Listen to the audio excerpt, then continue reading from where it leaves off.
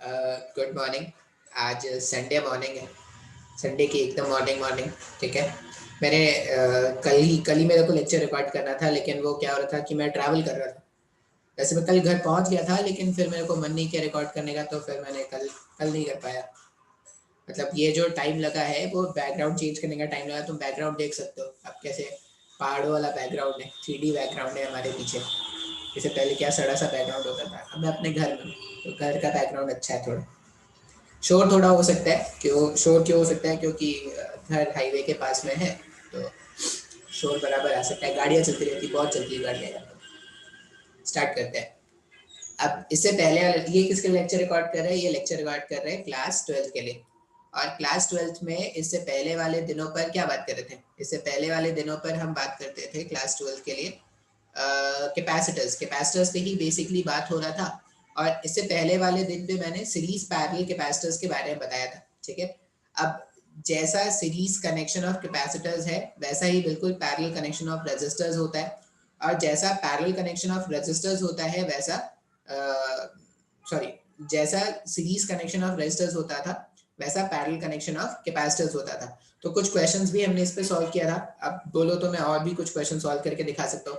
जितने क्वेश्चन तुमने are equivalent वाले कैलकुलेट किए थे ना, वहां पे सब में क्या कर देना, कैपेसिटर्स को चेंज करके आप आंसर्स फाइंड आउट कर लेना। जो कैपेसिटर जो रजिस्टर वाले केस में आंसर आता है, वही क्या होगा, जस्ट उसका ऑपोजिट कैपेसिटर वाले केस में आंसर आएगा। जैसे अगर मैं कुछ क्वेश्चंस आपको बता दूं, कुछ क्वेश्चंस बताने के लिए शेयर स्क्रीन, ये स्क्रीन, चलो ये स्क्रीन आ जाएगा।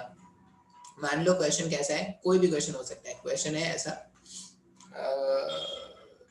हाँ,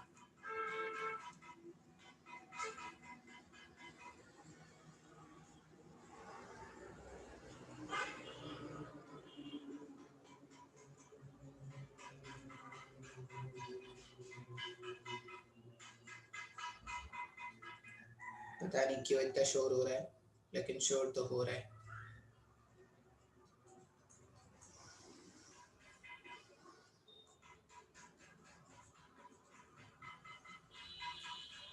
ये पॉइंट है ए, ये पॉइंट है बी। ठीक है। सारे कैपेसिटेंसेस जो हैं वो सी माइक्रोफैरेड के हैं, और आपको क्या करना है, इक्विवेलेंट कैलकुलेट करना है। ठीक है, अबाउट ए बी। तो जो भी पॉइंट्स मेरे पास अननोन है ना, मैं उनको मार्क कर देता हूँ। ये पॉइंट सी मान लो, ये पॉइंट डी मान लेते हैं, ये पॉइंट ई मान लेते हैं, और ये पॉइंट एफ मान लेते हैं। क्वेश्चन में क्या बोला गया है, find equivalent capacitance about A B. अब बहुत ही आसान है, जैसा सीरीज में वहां पर करते थे उसका जस्ट उल्टा यहाँ पे कर देंगे। अब देखो स्टार्ट कैसे करते हैं। सबसे पहले अगर आप देखोगे तो देखो ये वाले ब्रांच है, अपने को क्या करना होता है, जिसके अबाउट कैलकुलेट करना है उससे दूर से देखते हैं। अगर आप इस वाले ब्रांच में देखोगे ना, ये वाला जो ब्रांच है, इसमें ये दोनों कैपेसिटर्स कैसे कनेक्टेड है, ये दोनों कैपेसिटर सीरीज में कनेक्टेड है। अब अगर कैपेसिटर सीरीज में कनेक्टेड है, तो जैसा रेजिस्टेंस में होता था उसके जस्ट उल्टा सोचना है यहाँ पे। तो जब कैपेसिटर सीरीज में कनेक्टेड है, तो 1/c प्लस 1/c हो जाएगा 1/c इक्वलेंट। या आप ऐसा बोल सकते हो, जब आइडेंटिकल कैपेसिटर्स इस तरह से सीरीज में कनेक्टेड होते हैं, तो सी इक्वलेंट कितना होता है, सी डिवाइडेड बाई 2। जैसे वहां पे पैरेलल में होता था, वहां यहाँ पर क्या हो जाएगा, सीरीज में हो जाएगा। तो मैं इन दोनों को हटा के क्या कर सकता हूँ, इन दोनों को हटा के एक c/2 का मैं कैपेसिटेंस लगा सकता हूँ क्या? तो मैं इन दोनों को रिमूव करके एक c/2 का कैपेसिटेंस लगा दे रहा हूँ। आपके पास ये प्रेफरेंस नहीं रहेगा, आपको पूरा पूरा डायग्राम बनाना हो सकता है, या अगर आपको समझ में आ जाएगा तो ये करने की भी जरूरत नहीं है आपके लिए। मैंने क्या कर दिया, उन दोनों को हटा के एक C/2 माइक्रोफेराड का कैपेसिटर हमने इस तरह से प्लेस कर दिया। अब ये C कैपेसिटेंस, ये जो C और F के बीच में जो कैपेसिटेंस है, और ये C/2, ये दोनों आपस में कैसे है, पैरेलल में कनेक्टेड है। अब अगर आपस में पैरेलल में कनेक्टेड है, तो इनका इक्विवेलेंट क्या हो जाएगा, इनका इक्विवेलेंट हो जाएगा C/2 प्लस C। इनका इक्विवेलेंट हो जाएगा C/2 प्लस C। तो जब आप इनको सॉल्व करोगे तो ये कितना आने वाला है, 3C/2 आने वाला है क्या? इसका मतलब इन दोनों के प्लेस में, इन दोनों कैपेसिटर्स के प्लेस में अपन क्या कर सकते हैं, एक सिंपल कैपेसिटर लगा देंगे, जिसका कैपेसिटेंस का वैल्यू कितना है, जिसका कैपेसिटेंस का वैल्यू है 3C/2। तो इस तरह से क्या करेंगे, सर्किट को हम सॉल्व करते जाएंगे। अब अगर आप ध्यान से देखोगे तो देखो, ये मेरे पास C और F के बीच में 3C/2 का कैपेसिटर है, और C और D के बीच में अच्छा, ये डी और एफ पॉइंट एक पोटेंशियल के पॉइंट हो गए क्या, क्योंकि बीच में कोई कैपेसिटर नहीं है। जितने पोटेंशियल का पॉइंट डी है उतने ही पोटेंशियल का क्या होगा, पॉइंट एफ भी होगा। तो सी और डी के बीच में एक सी माइक्रोफैरेड का कैपेसिटर है और सी और डी के बीच में 3C/2 माइक्रोफैरेड का कैपेसिटर है। तो ये दोनों अगर पैरेलल में कनेक्टेड है, तो पैरेलल में कनेक्टेड है मतलब इक्विवेलेंट क्या हो जाएगा, 3C/2 प्लस सी। थोड़ा मुश्किल होता है स्टार्टिंग में ये सब एडजस्ट करने के लिए कि सर सीरीज और पैरेलल कैसे एडजस्ट करें, कंफ्यूज होते हैं, लेकिन इतना कोई प्रॉब्लम नहीं होगा। इससे मुश्किल चीज आपने देख ली है। 3C/2 और ये सी, अगर आप इसका कैपेसिटेंस इक्विवेलेंट ढूंढोगे तो 5C/2 हो गया क्या। इसका मतलब ये सी कैपेसिटेंस और ये 3C/2 का जो कैपेसिटेंस है, इनके प्लेस में अपन क्या करेंगे, इनके प्लेस में अपन एक इक्विवेलेंट लगाएंगे। इनके प्लेस में हम क्या कर रहे हैं, एक इक्विवेलेंट लगाने वाले हैं, और वो जो इक्विवेलेंट हम लगाएंगे उसका वैल्यू कितना आ रहा है, 5C/2 का। अब हम क्या करते हैं, यहाँ पर एक कैपेसिटेंस लगा देते हैं। ये जो कैपेसिटेंस है, ये कैपेसिटेंस कितने का है, ये कैपेसिटेंस है 5C/2 का। अब अगर आप ध्यान से देखोगे तो देखो, ये मेरे पास क्या हो गया, ये सी कैपेसिटेंस, ये सी कैपेसिटर और ये 5C/2 कैपेसिटर, ये दोनों आपस में क्या हो गया, पैरेलल में कनेक्टेड है क्या। अगर कैपेसिटेंसेस, सॉरी, ये सीरीज में कनेक्टेड है। ये वाला जो कैपेसिटेंस है, ए और सी के बीच में जो कैपेसिटेंस है और सी और डी के बीच में जो कैपेसिटेंस है, वो सीरीज में अगर कनेक्टेड है, तो इक्विवेलेंट सीरीज में जब कनेक्टेड होते हैं तो कैसे निकालते हैं इक्विवेलेंट, तो इक्विवेलेंट के लिए ये निकलेंगे, सी इक्विवेलेंट का वैल्यू होता है C1C2 divided by C1 plus C2, इस तरह से लिख सकते हैं। तो यहाँ पर सी इक्विवेलेंट का वैल्यू क्या लिखेंगे, C1 के प्लेस में लिख दो C, और C2 के प्लेस में लिख दो 5C/2। अच्छा, फिर क्या करते हैं, C प्लस 5C/2 लिख दो।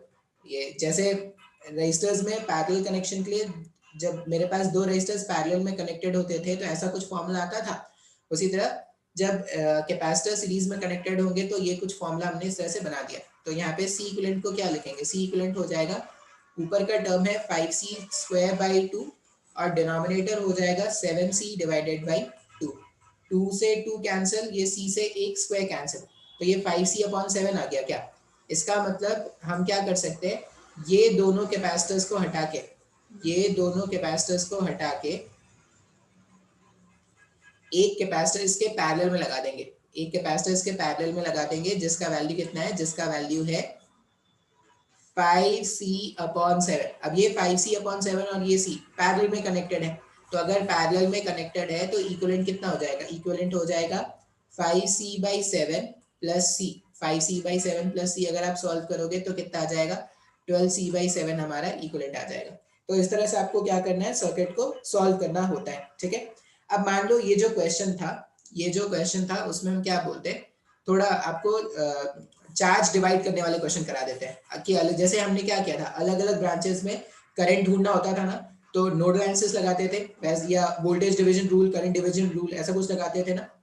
अब वैसे ही क्वेश्चन कुछ देख लेते हैं। मान लो एक ऐसा सर्किट है,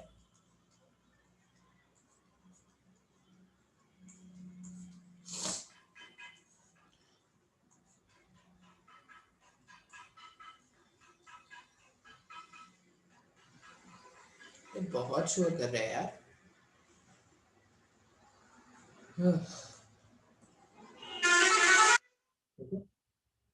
मेरे को लगता है कभी कभी, अरे अरे कौन है कि क्या है पता नहीं। मिर्जापुर आ रहा है, मिर्जापुर।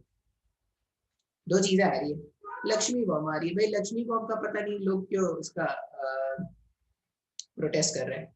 ढंग की मूवी कभी कभी तो आती है, उसमें भी लोग अपना पागलपन दिखाना स्टार्ट कर देते हैं, कुछ भी। अरे तुमने सड़क टू किया, चलो सही था भाई, Sadak two was not worth watching. Laxmi bomb को क्यों कर रहे हैं भाई साहब, नहीं देखना मत देखो, प्रोटेस्ट तो मत करो यार। तुमको नहीं देखना मत देखो, जिसको देखना उसको देखने दो ना, लगे हैं सब जगह अपना पॉलिटिक्स दिखाने के लिए। अब मान लो इस तरह क्वेश्चन, ठीक है, और अपने को क्या करना है, हर ब्रांच का कैपेसिटेंस ढूंढना है, मतलब हर ब्रांच में क्या करना है, चार्ज ढूंढना है। तो अगर हर ब्रांच में चार्ज ढूंढना है तो कैसे सॉल्व करेंगे, सबसे पहले काम क्या करेंगे, इनका सी इक्विवेलेंट निकाल लेंगे। सी इक्विवेलेंट कैसे आएगा, ये और ये कैसे है, ये और ये हमारे पास कनेक्टेड है सीरीज में कनेक्टेड, तो ये C/2 हो गया, ये और ये इसका C/2 अगर हो गया, ये C/2 और ये C, ये दोनों आपस में कैसे कनेक्टेड है, पैरेलल में कनेक्टेड, तो ये 3c/2 हो गया। 3c/2 और ये c, 3c/2 और ये c कैसे कनेक्टेड है, पैरेलल में कनेक्टेड है, तो ये 7c/2 हो जाएगा, ऐसा कुछ हो जाएगा। फिर ये सीरीज में कनेक्टेड है, तो उस तरह से हम क्या करेंगे, सी इक्विवेलेंट कैलकुलेट करेंगे। अब लोग सर आप कैलकुलेट करके नहीं बता रहे हो, कर देता हूँ यार, नहीं तो लोग परेशान हो जाएंगे। मान लो मेरे पास कैपेसिटेंस है, ये C1 है, ये C2 है, ये C3 है, ये C4 है, ये C5 है। तुम बोलोगे सर एक सर्किट में कितने सी है सर, इतने तो हमारी जिंदगी में सी नहीं है सर जितने एक सर्किट में सी है। अब ये सी इक्विवेलेंट हो गया। अब देखो C3 और हाँ C3 और ये C5 कैसे कनेक्टेड है, C3 और C5 कनेक्टेड है सीरीज में, तो C3 और C5 का इक्विवेलेंट अगर ढूंढे ना, C3 C5 equivalent, C3 C5 equivalent कितना हो जाएगा, सीरीज में कनेक्टेड होते हैं तो C/2 हो जाएगा। अच्छा, फिर ये जो इक्विवेलेंट आया वो C4 के साथ कैसा है, पैरेलल है। C4 के साथ अगर पैरेलल है, इन दोनों का जो कॉम्बिनेशन था वो C4 के साथ अगर पैरेलल था, तो C2 का पैरेलल अपने को ढूंढना है C के साथ। C2 का पैरेलल C के साथ ढूंढोगे तो ये वैल्यू कितना आ जाएगा, ये वैल्यू आ जाएगा C/2 प्लस C, तो 3c/2 ये हमारे पास आ गया। इसका मतलब इन सब के प्लेस में 3c/2 आ गया।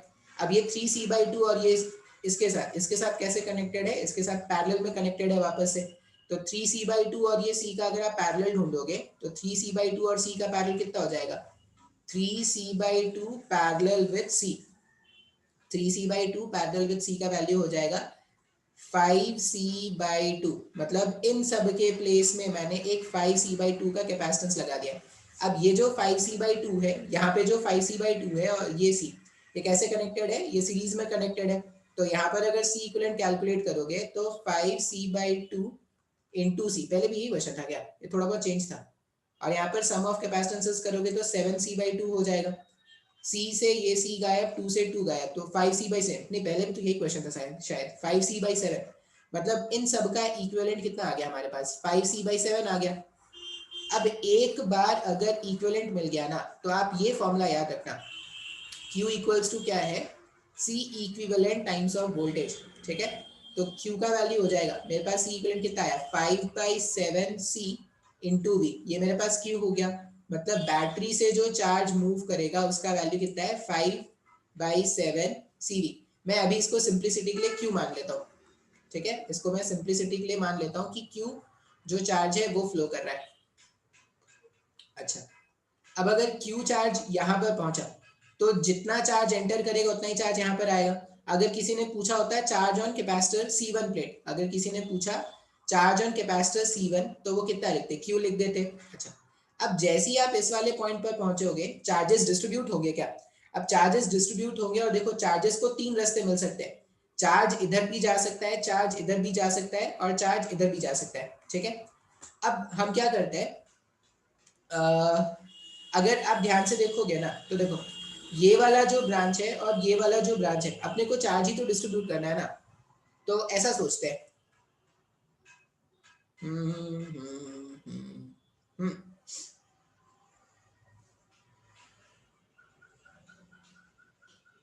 ये अगर जीरो है, ये अगर जीरो है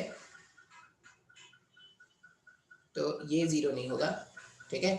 अच्छा, अभी देखो, अगर मैं बात करूं इस वाले ब्रांच और इस वाले ब्रांच की, तो मेरे पास जो सर्किट बना था वो ऐसा कुछ आया था क्या, यहाँ के बाद जो सर्किट आया था वो कुछ ऐसा आया था, ये C आया था, और ये इन दोनों का इक्विवेलेंट कितना आया था, इन दोनों का इक्विवेलेंट 3c/2, और इसके साथ ये पैरेलल आ गया था 5c/2 आया था शायद, आप चेक कर लेना जो भी आया था।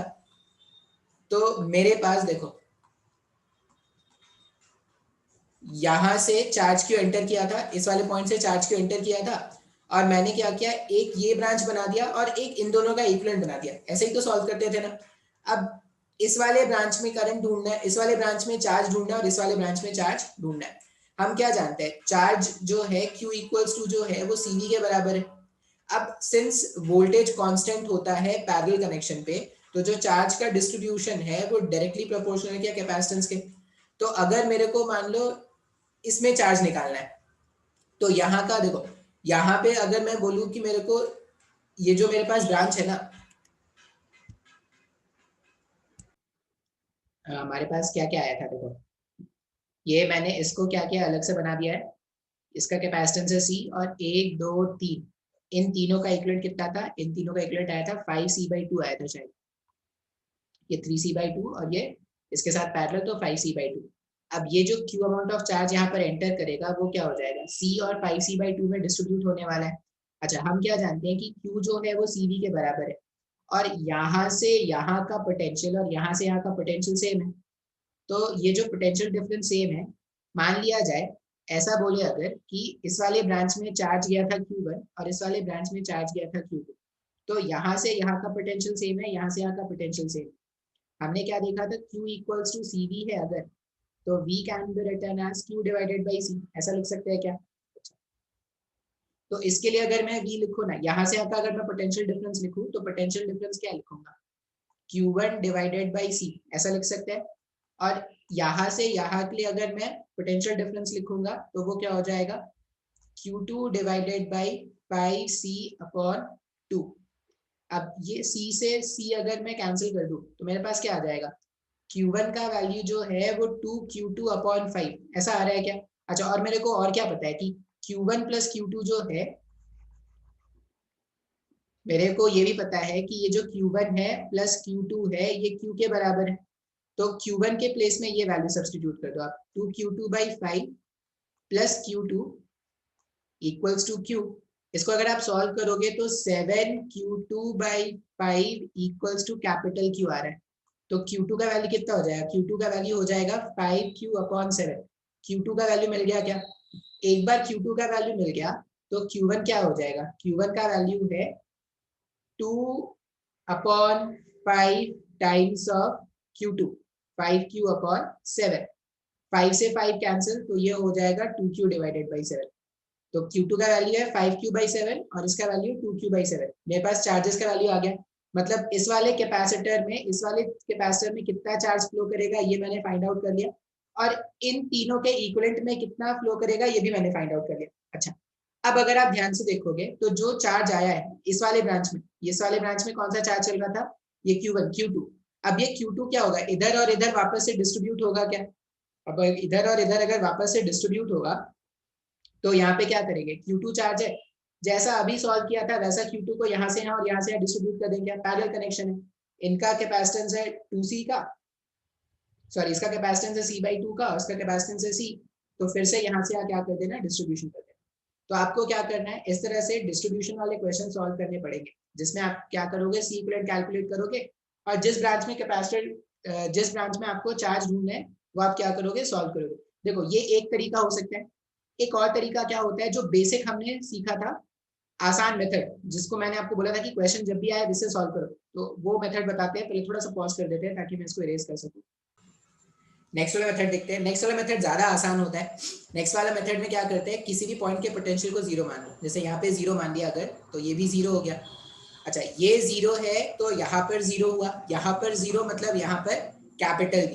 अच्छा, अब इस वाले पॉइंट का पोटेंशियल है x, ये एक अननोन पॉइंट है, इसका पोटेंशियल x हो गया। और इस वाले पॉइंट का पोटेंशियल मान लो, यहाँ पे भी एक अननोन पॉइंट है, यहाँ पे इसका पोटेंशियल मान लो, या आप इसको चाहो तो आसान भी कर सकते हो, y मान लेते हैं अभी के लिए, y मान लेते हैं। जो भी देखो जितने भी पॉइंट्स हो सकते थे सबका पोटेंशियल मैंने लिख दिया। अब इस वाले पॉइंट से लिखना स्टार्ट करते हैं x।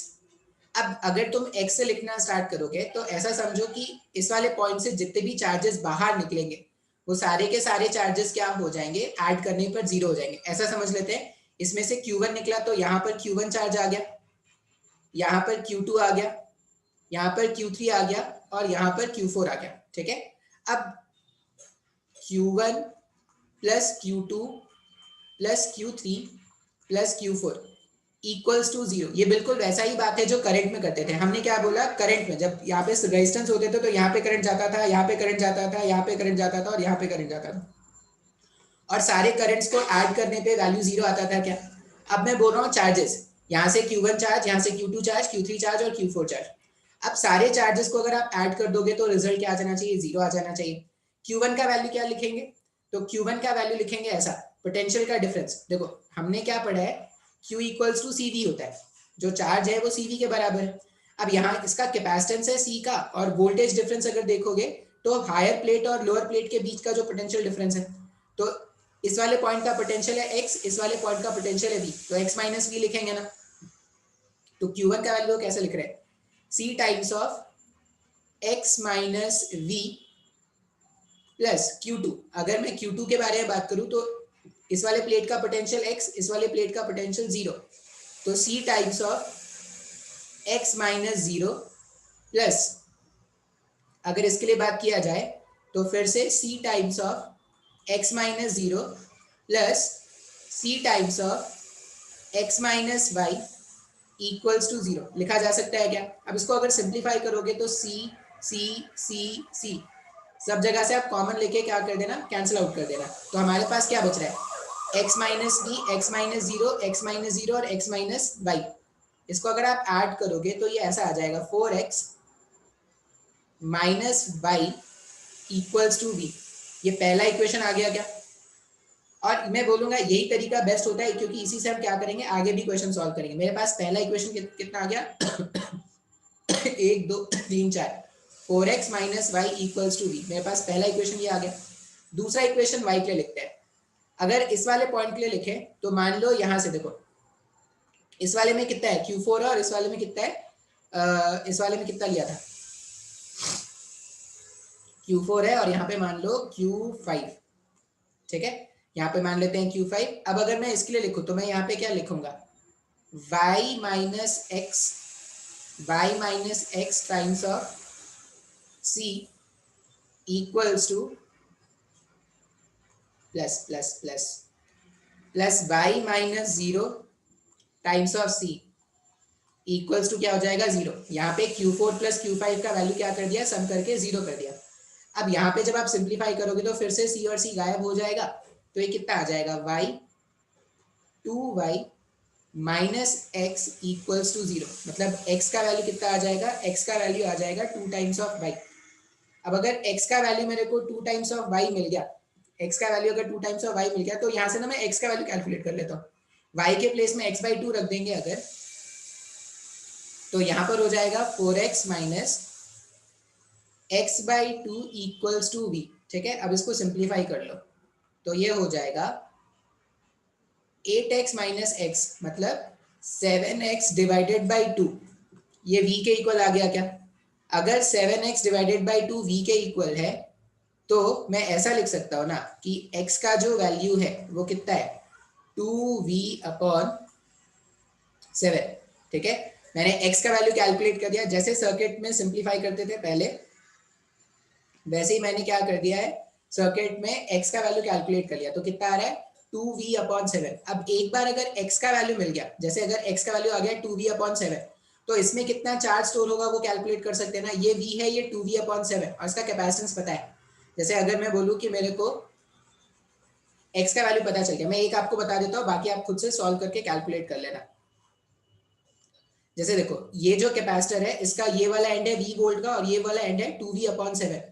तो पोटेंशियल का डिफरेंस कितना हो जाएगा, v minus 2v upon 7, v minus 2v upon 7 into capacitance कर देंगे तो ये हो जाएगा 7 माइनस 2v, मतलब 5v upon 7 times of c। तो इसमें जो चार्ज स्टोर है वो कितना है, 5v upon 7 times of c। अब ऐसा ही कुछ मेरे पास इक्विवेलेंट सॉल्व करने के बाद भी आया था।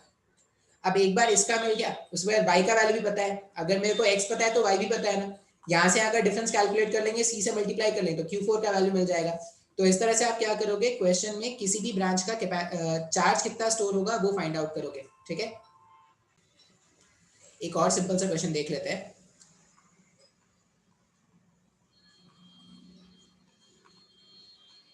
जितने क्वेश्चन हमने रजिस्टर्स वाले सर्किट में सॉल्व किए थे ना, वो सारे के सारे क्वेश्चंस कैपेसिटर वाले सर्किट में भी लाए जा सकते हैं। मान लो ये 10 वोल्ट है, ये 2 माइक्रोफैरेड, ये 2 माइक्रोफैरेड, ये 4 माइक्रोफैरेड, ठीक है। 10 वोल्ट, और इसको मान लो ये कितना है, ये मान लेते हैं इसको भी मान लेते हैं 10 नहीं मानो 20 मान लो इसको, 20 वोल्ट का है, ठीक है। अब क्वेश्चन में पूछा गया है ये C1 है मान लो, ये C2 है और ये C3 है। C1 C2 C3 में कितने चार्जेस फ्लो कर रहे हैं वो अपने को फाइंड आउट करना है। तो हम क्या करेंगे, फिर से वैसे ही स्टार्ट करेंगे। एक तो आप डिविजन वाला मेथड यूज कर सकते हो, वो सिंपल सर्किट जब होंगे तभी यूज करना।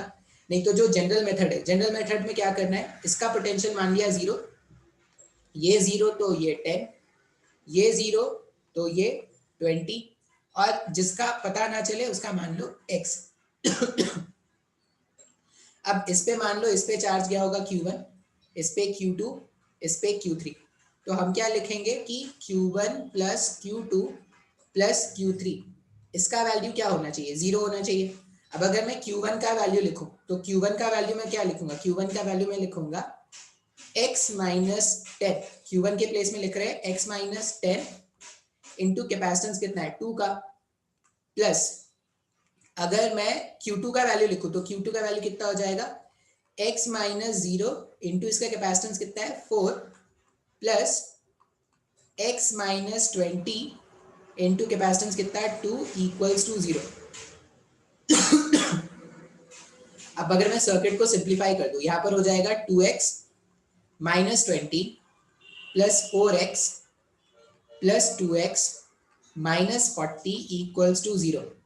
2x 4x 2x, ये 8x आ गया, 8x का वैल्यू आ गया 60 का, तो x का वैल्यू कितना आ जा रहा है, x का वैल्यू आ रहा है 60 डिवाइडेड बाई 8। एक बार अगर x का वैल्यू मिल गया, इसको मैं सिंप्लीफाई करके क्या लिख सकता हूँ, x अगर मैं डिवाइड करूँ तो x का वैल्यू 7.5 वोल्ट्स का आ रहा है।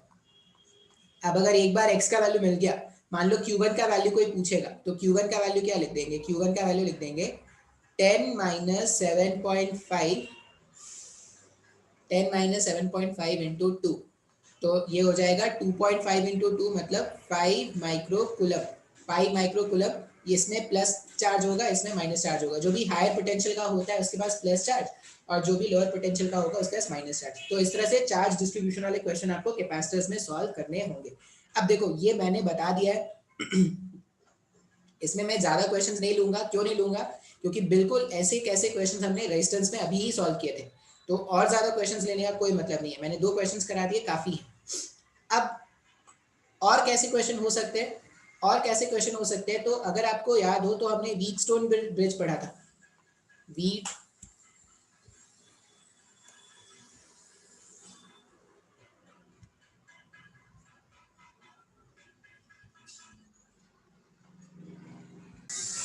नेक्स्ट में देखते हैं वीट स्टोन ब्रिज। अब ये वीट स्टोन ब्रिज मैंने आपको बताया था ना, तो जैसा वीट स्टोन ब्रिज आपने रेजिस्टर्स में पढ़ा है, वैसा ही वीट स्टोन ब्रिज क्या होगा आपको कैपेसिटर्स में भी मिलेगा। वैसे इतना ज्यादा नहीं आता, लेकिन फिर भी मिल जाएगा आपको, ठीक है। आपको ये याद रखना पड़ेगा, इस तरह का सर्किट अगर आपको मिल जाए, और यहाँ पे मान लीजिए ये कैपेसिटेंस है C1, ये C2, ये C3, ये C4, और यहाँ पर जो कैपेसिटेंस है वो है C5।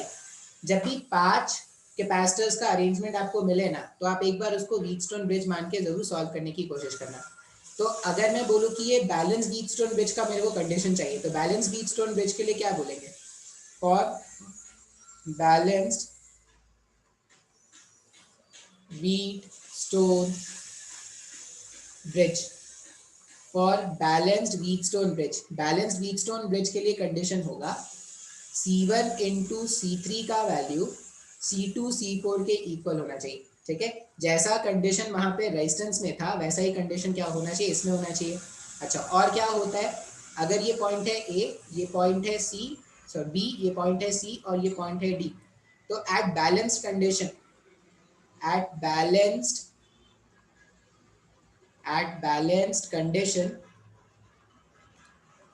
Charge through C3, charge through C5, charge through C5 is 0।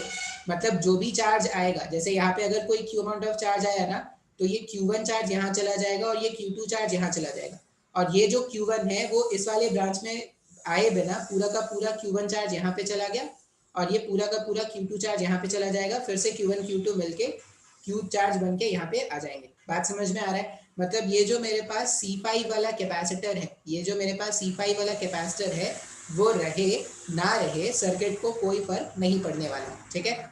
अच्छा, और क्या है इसमें, बैलेंस कंडीशन में, at balance condition, at balance condition में potential at point C is equal to potential at point D।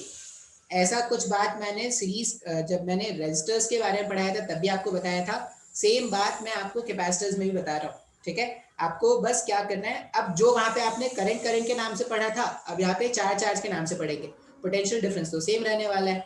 तो ये हो गया व्हीटस्टोन ब्रिज। अच्छा, व्हीटस्टोन ब्रिज के बाद और क्या पढ़ा था हमने, लैडर प्रॉब्लम पढ़ा था क्या, तो एक लैडर प्रॉब्लम भी देख लेते हैं। मान लीजिए इस तरह का एक सर्किट है हमारे पास,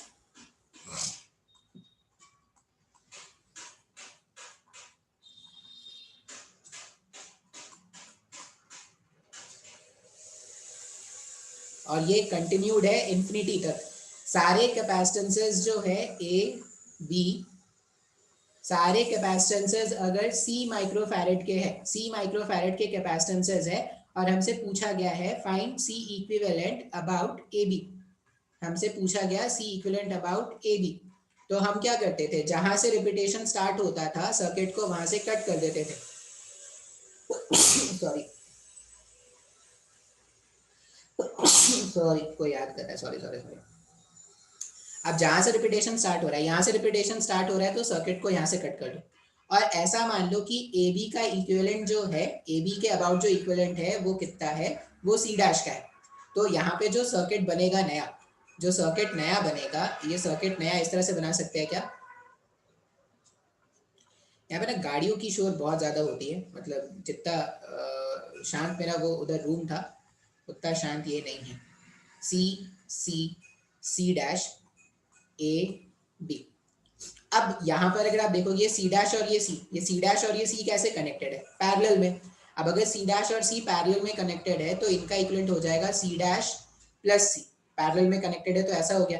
फिर उसके ये वाले सी के साथ, ये वाले सी के साथ ये कनेक्शन क्या है, पैरेलल में, तो इसका पैरेलल ढूंढ लो, इसका पैरेलल ढूंढ लो सी के साथ, तो ये हो जाएगा 2C plus C dash.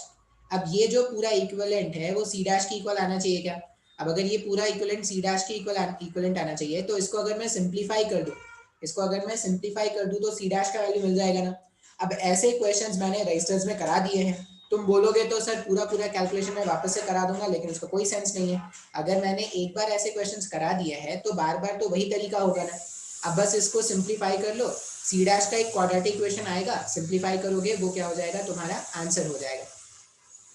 Basically आपको क्या करना है, आपको सिंपल सिंपल सर्किट्स, इतने कॉम्प्लिकेटेड सर्किट्स यहाँ पर आते भी नहीं है, सिंपल सिंपल सर्किट्स आपके पास आएंगे, आपको उनमें क्या करना है, चार्ज डिस्ट्रीब्यूशन करना सीखना है, ठीक है।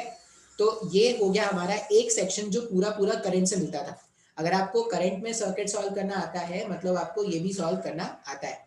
अब हम क्या करेंगे, डिफरेंट टाइप का क्वेश्चन देखेंगे। अब ये जो डिफरेंट टाइप का क्वेश्चन है इसको हम क्या बोलते हैं,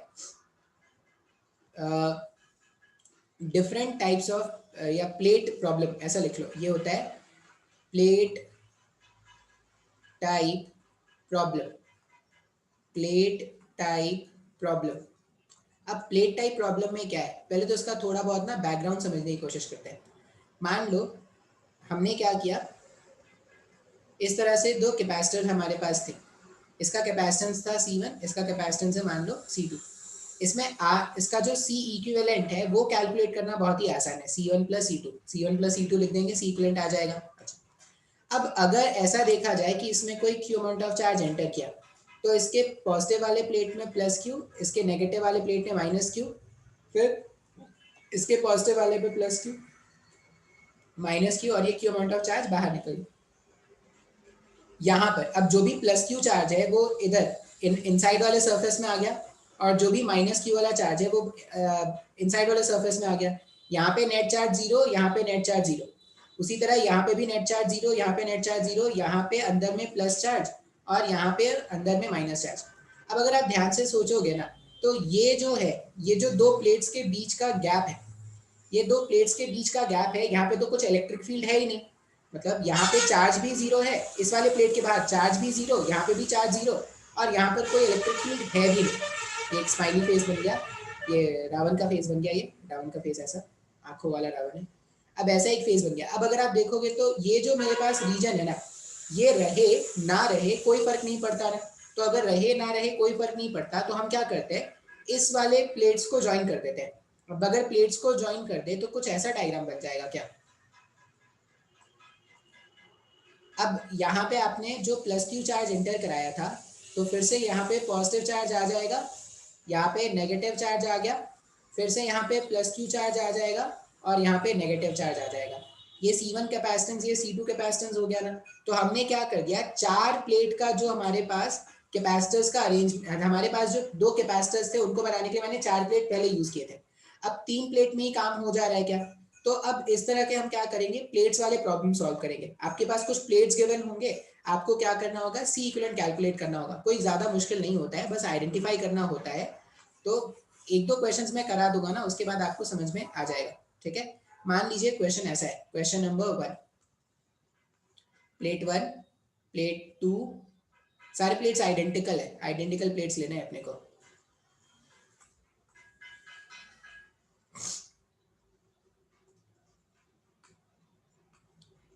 प्लेट 1 लिया, प्लेट 2,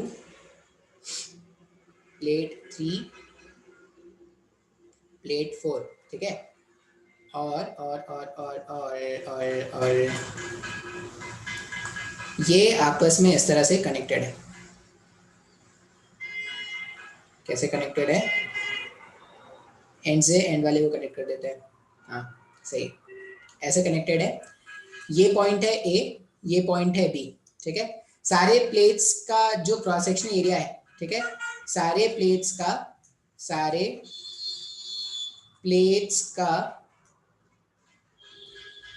क्रॉस सेक्शनल एरिया, सारे प्लेट्स का क्रॉस सेक्शनल एरिया सेम है और सबका सेपरेशन डी है। मतलब यहाँ से यहाँ का सेपरेशन, यहाँ से यहाँ का सेपरेशन, यहाँ से यहाँ का सेपरेशन, सबका सेपरेशन कितना है, डी है। और सारे जो प्लेट्स है सबका क्रॉस सेक्शनल एरिया भी सेम है। क्वेश्चन में पूछा गया है find C equivalent about A B के अबाउट हमें क्या करना है, सी इक्विवेलेंट का वैल्यू कैलकुलेट करना है। अब क्या करते हैं, अगर ये ए बी के अबाउट सी इक्विवेलेंट कैलकुलेट करना है तो सर्किट को हम पहले क्या करेंगे, थोड़ा वापस से बनाने की कोशिश करते हैं। देखो एक चीज मुझे पता है कि ये जो प्लेट है, ये ऊपर वाला जो प्लेट है और सबसे नीचे वाला जो प्लेट है, उनको मैंने एक वायर से कनेक्ट करके रखा है। वायर से अगर आप प्लेट्स को कनेक्ट करके रखते हो, इसका मतलब क्या हो जाएगा, जितना पोटेंशियल इस वाले प्लेट का है, जितना पोटेंशियल इस वाले प्लेट का है, उतना ही पोटेंशियल इस वाले प्लेट का भी हो जाएगा क्या? तो अगर आप ध्यान से सोचोगे ना, तो आपके पास एक तो प्लेट है जिसका पोटेंशियल है ए, दूसरा प्लेट है जिसका पोटेंशियल है बी, और एक तीसरा प्लेट है या दो और ऐसे प्लेट है जिनका पोटेंशियल क्या है, एक्स है। अब इस सर्किट को ना वापस से रीड्रॉ करने की कोशिश करो। तो ए बी के अबाउट इक्विवेलेंट कैलकुलेट करना है, तो सबसे पहले लिखो पॉइंट ए। अब देखो ए और एक्स के बीच में एक कैपेसिटर लगा है क्या, तो यहाँ कहीं पे मान लेते हैं एक्स। ए और एक्स के बीच में मैंने क्या कर दिया, कैपेसिटर लगा दिया। फिर अगर आप देखोगे तो ए और बी के बीच में एक कैपेसिटर लगा है क्या, तो यहाँ से एक कैपेसिटर कनेक्ट कर दो, इसका नाम रख दो बी पॉइंट। फिर बी और एक्स के बीच में एक कैपेसिटर है ना, ये वाला तो पॉइंट, ये भी तो एक्स था। बी और एक्स के बीच में एक और कैपेसिटर है, तो यहाँ से हमने क्या कर दिया, एक और कैपेसिटर लगा दिया। अब जितना कैपेसिटेंस ये था, जितना ही कैपेसिटेंस वो था, उतना ही कैपेसिटेंस ये भी था। अगर आप ध्यान से देखोगे तो मेरे को ए बी के अबाउट इक्विवेलेंट कैलकुलेट करना है। ये सी और ये सी, ये दोनों सी आपस में कैसे कनेक्टेड है, ये दोनों सी आपस में सीरीज में कनेक्टेड है क्या, मतलब इन दोनों का इक्विवेलेंट, ये जो मेरे पास ये वाला सी है, ये सी और ये सी, ये दोनों आपस में कैसे कनेक्टेड, सीरीज में। इसका मतलब मैं इन दोनों को हटा के, आप सर्किट को दोबारा बनाना, ठीक है, मैं इन दोनों को हटा के क्या कर सकता हूँ, एक C/2 का इक्विवेलेंट लगा सकता हूँ क्या। तो मैंने क्या किया, इनको रिमूव किया और एक C/2 का कैपेसिटेंस मैंने पैरेलल में इस तरह से कनेक्ट कर दिया।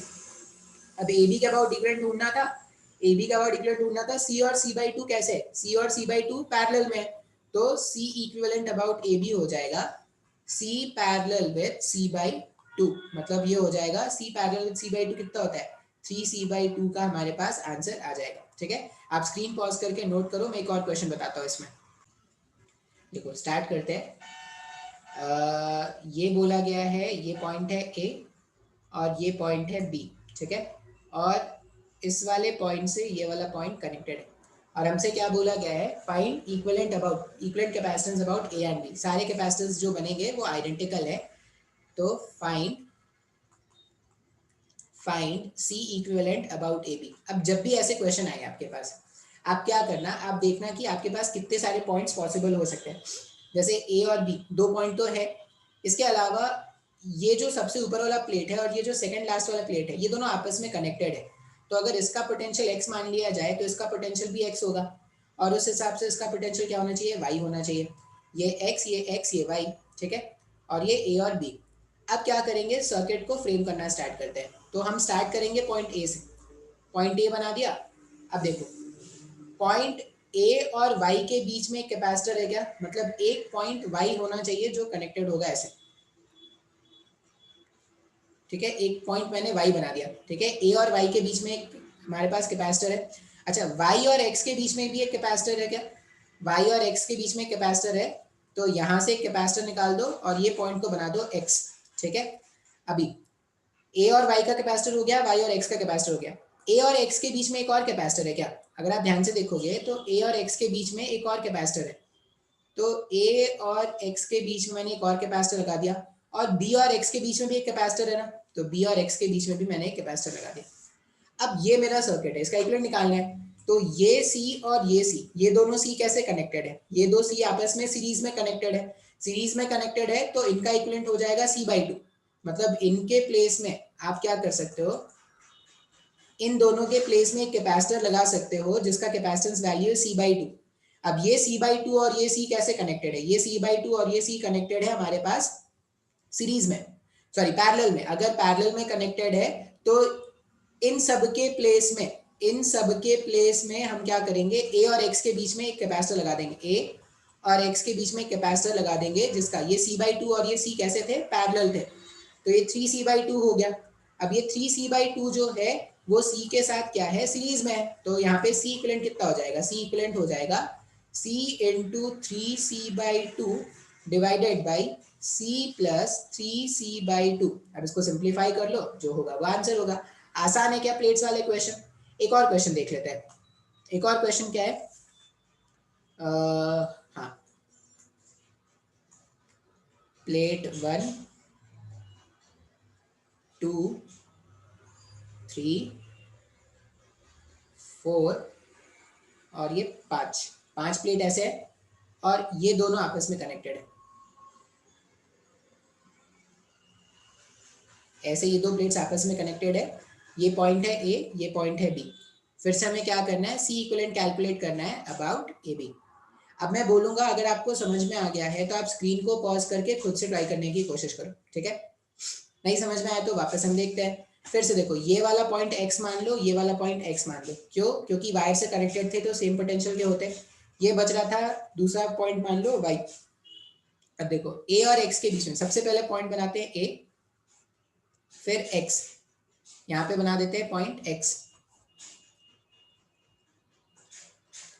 a और x के बीच में एक कैपेसिटर लगा हुआ है, a और y के बीच में भी एक कैपेसिटर लगा हुआ है, a और y के बीच में भी एक कैपेसिटर लगा हुआ है, a और y के बीच में। अच्छा, y और b के बीच में कैपेसिटर है, y और b के बीच में एक कैपेसिटर है, और b और x के बीच में एक कैपेसिटर है, b और x के बीच में एक कैपेसिटर है। अब ये हमारे पास आ गया। अब देखिए, ये कैपेसिटर और ये कैपेसिटर, ये दोनों सीरीज में, ये दोनों सीरीज में, तो इनका इक्विवेलेंट हो जाएगा C/2, इनका इक्विवेलेंट हो जाएगा C/2, C/2 पैरेलल, मतलब C इक्विवेलेंट का वैल्यू कितना आ जाएगा, C। तो बहुत ही आसान क्वेश्चन है क्या, ये प्लेट्स वाले क्वेश्चन में चार्ज डिस्ट्रीब्यूशन भी करना आता है, ठीक है, लेकिन वो नेक्स्ट क्लास में देखेंगे। आज संडे है आपका, ज़्यादा संडे खराब नहीं करूंगा, एक इतना ही लेक्चर काफ़ी है, ठीक है। नेक्स्ट क्लास में देखते हैं फिर।